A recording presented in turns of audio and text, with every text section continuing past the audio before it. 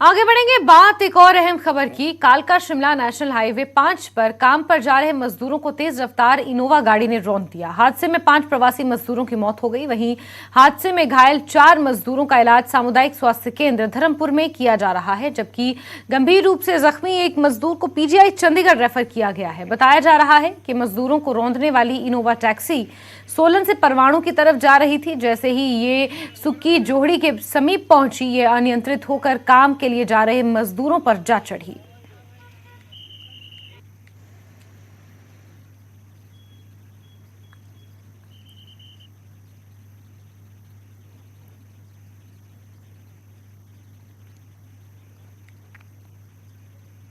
नूरपुर विधायक रणबीर सिंह निक्का ने जसूर में हिमाचल ग्रामीण बैंक की शाखा का उद्घाटन किया। इस मौके पर बैंक के चेयरमैन राजेंद्र कुमार भी उपस्थित रहे।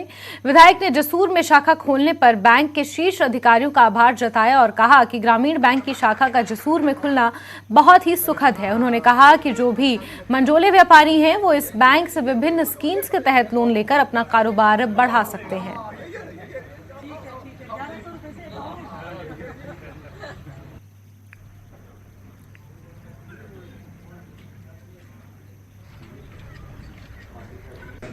जिस तरह इन्होंने बताया कि पूर्व सैनिकों को भी एक अलग से योजना इन्होंने बनाई है अपने बैंक के माध्यम से, उनकी सेवाएं देने के लिए आज यहाँ पर 268वीं जो ब्रांच जो है ओपन हुई है, उसमें हमारे जसूर के जो व्यापारी हैं उनको लाभ मिलेगा, नूरपुर के सभी साथियों को लाभ मिलेगा, बिजनेस में आगे बढ़ने का लाभ मिलेगा। तो बड़ा खुशी का दिन है। हमारे परमजीत पठानिया जी विशेष तौर पर हमारे साथ हैं, राणा जी आज ब्रांच ओपन होने के समय हमारे साथ हैं, अतुल गुप्ता जी, सभी साथी सीनियर हमारे साथ हैं।